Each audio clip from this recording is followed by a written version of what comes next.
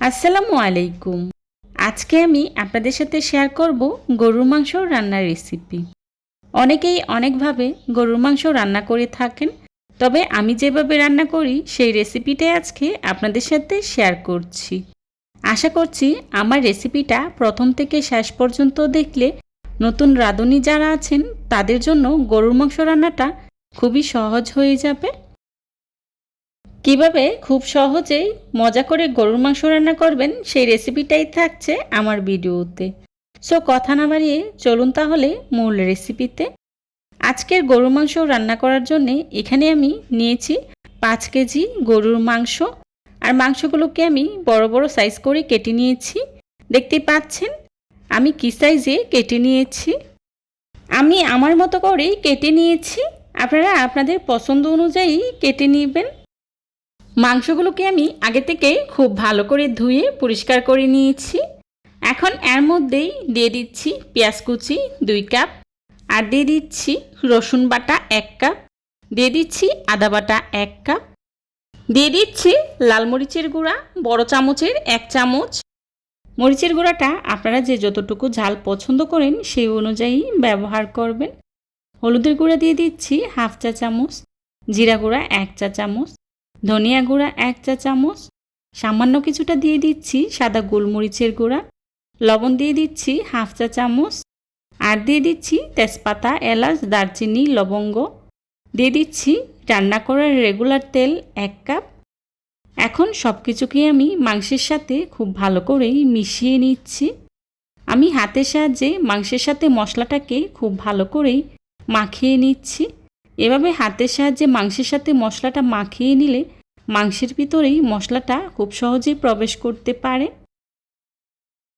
বেশ অনেকটা সময় নিয়েই মাংসটাকে আমি এভাবে হাতের সাহায্যে খুব ভালো করেই মাখিয়ে নিচ্ছি। মাখানো হয়ে গেলেই হাত ধুয়ে কিছুটা পানি দিয়ে দিচ্ছি। আমি এখানে সামান্য কিছুটা পানি ব্যবহার করেছি, কারণ মাংস থেকেই অনেকটা পরিমাণে পানি উঠবে। মাখানো হয়ে গেলেই মাংসটাকে আমি 10 মিনিটের জন্য রেস্টে রেখে দেব। আপনারা চাইলে 20 মিনিটের জন্যও রাখতে পারেন, তবে আমার হাতে সময় কম ছিল তাই আমি 10 মিনিটের জন্য রেস্টে রেখেছিলাম। মাংসের সাথে এভাবে মশলা মাখিয়ে আপনি যদি মাংসটাকে 10 মিনিট বা 20 মিনিটের জন্য রেস্টে রেখে দেন, তাহলে মাংসের ভিতরেই মশলাটা খুব ভালো করেই ঢুকে যায়, আর রান্নাটাও খেতে খুবই মজার হয়। আমি আজকের গরুর মাংস রান্নাটা মশলা হাতে মাখিয়ে করে নিচ্ছি, তবে আপনারা চাইলে কিন্তু মশলাটা কষিয়েও গরুর মাংস রান্না করতে পারেন। তবে এভাবে হাতে মাখিয়ে গরুর মাংস রান্না করলে এর টেস্ট কিন্তু অনেক ভালো আসে। মাংসটাকে আমি 10 মিনিট রেস্টে রেখে চুলায় বসিয়ে রান্নাটা করে নিচ্ছি। প্রথমেই ঢাকনা দিয়ে ঢেকে 5 মিনিটের মতো রান্না করে নিয়েছি। 5 মিনিট পর ঢাকনাটা উঠিয়ে খুব ভালো করেই নেড়ে চেড়ে দিচ্ছি, দেখতেই পাচ্ছেন। আর মাংস থেকেও অনেকটা পানি বেরিয়ে আসছে। এই পানিটা দিয়ে আমি মাংসগুলোকে 20-30 মিনিটের মতো সময় নিয়েই কষিয়ে নেব। মাংসটাকে আমি উল্টে পাল্টে খুব ভালো করেই নেড়ে নিয়েছি। আবারও ঢাকনা দিয়ে ঢেকে মাংসটাকে খুব ভালো করেই কষিয়ে নেব। আমি কিছুক্ষণ পর পর ঢাকনা উঠিয়ে খুব ভালো করে নেড়ে চেড়ে দিচ্ছি, যাতে করে প্যানে লেগে না আসে। আর দেখতেই পাচ্ছেন মাংস থেকেও কী পরিমাণে পানি বেরিয়ে আসছে। আবারও খুব ভালো করে নেড়ে চেড়ে ঢাকনা দিয়ে ঢেকে মাংসটাকে খুব ভালো করে কষিয়ে নেব। মাংসটা পুরোপুরি সিদ্ধ হয়ে আসা পর্যন্ত এভাবে কিছুক্ষণ পরপর ঢাকনা উঠিয়েই নেড়ে চেড়ে দিব। আবারও ঢেকে খুব ভালো করে সিদ্ধ করে নেব।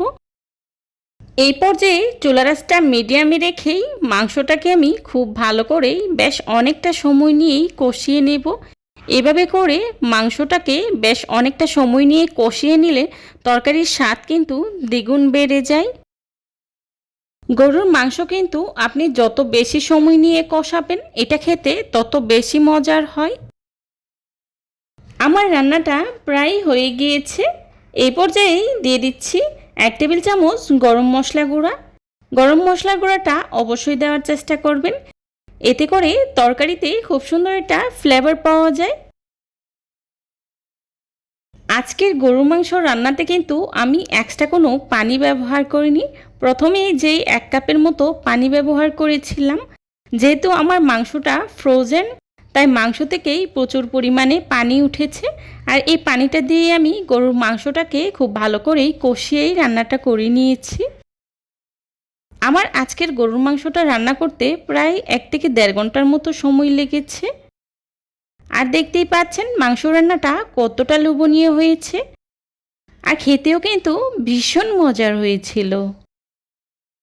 চেষ্টা করেছি খুবই সহজভাবে আজকের এই রেসিপিটি আপনাদের সাথে শেয়ার করার জন্যে। আশা করছি আমার আজকের এই রেসিপিটি আপনাদের কাছে খুবই ভালো লাগবে। যদি ভালো লেগে থাকে তাহলে অবশ্যই লাইক, কমেন্ট, শেয়ার করতে ভুলবেন না। আপনাদের একটি লাইক এবং একটি কমেন্টস আমাদেরকে নতুন নতুন কন্টেন্ট তৈরি করতে অনেক উৎসাহিত করে। আসছে কুরবানির ঈদে আপনারা চাইলে আমার রেসিপিটা ফলো করেই গরুর মাংস রান্নাটা করে নিতে পারেন। আশা করছি নিরাশ হবেন না। পরিবারের সবাই খুবই মজা করে খাবে, অনেক পছন্দ করবে। দেখুন মাংস থেকে কী পরিমাণে তেলটা বেরিয়ে আসছে।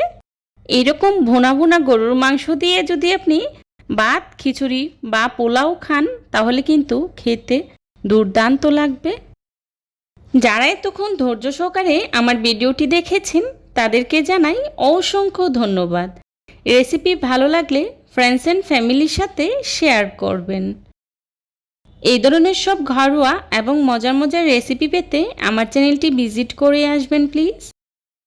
আমার চ্যানেলে আরও বিভিন্ন ধরনের গরুর মাংসের রেসিপি রয়েছে, চাইলে ভিজিট করে আসতে পারেন। আমার পরবর্তী রেসিপি দেখার আমন্ত্রণ জানিয়ে আজকের মতো এখানেই বিদায় নিচ্ছি। সবাই ভালো থাকবেন, সুস্থ থাকবেন। আল্লাহ হাফিজ। আসসালামু আলাইকুম।